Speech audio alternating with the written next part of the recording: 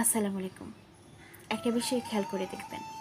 ধরুন আপনার ৩০ বছরের প্রতিবেশী হঠাৎ করে মারা গেল।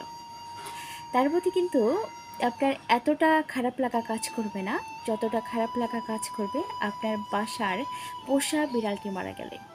কেননা সেই পোষা বিড়ালের সাথে আপনি মায়ায় আবদ্ধ ছিলেন। একটা অদ্ভুত মায়া, যে মায়ের ঘোর আপনি কাটিয়ে উঠতে পারেননি। এই কারণে পোষা বিড়ালের প্রতি আপনার খারাপ লাগছে, কিন্তু আপনার প্রতিবেশীর সে মানুষটির প্রতি আপনার খারাপ লাগছে না। ঠিক তেমনি যে মানুষটি আপনাকে টেক্সট করে, ফোন করে, সেই মানুষটি দুম করে আপনাকে টেক্সট করা বা ফোন করা বন্ধ করে দিল। সে মানুষটি মেসেঞ্জারে সবুজ বাতি জ্বলছে, তারপরেও আপনাকে টেক্সট করছে না।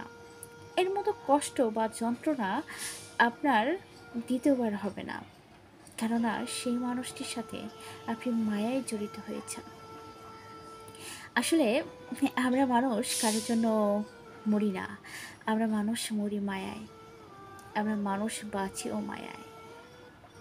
দেখবেন কোনো মা বাবা যখন একটি সন্তানকে হারিয়ে ফেলে, তখন আরেকটি সন্তানকে ধরে বাঁচার আকুলতা বা ব্যাকুলতা প্রকাশ করে। সেই বাচ্চাটিকে কিন্তু আস্তে আস্তে বা ধীরে ধীরে ভুলে যায়, কেননা বাচ্চাটির ছায়া তাদের মধ্যে নেই। যতক্ষণ ছায়া থাকবে ততক্ষণ তাদের মধ্যে মায়াও কাজ করবে। আশেপাশে না থাকলে আসলে এই মায়া জিনিসটা কাজ করে না। অনেক বৃদ্ধ মহিলাদের দেখবেন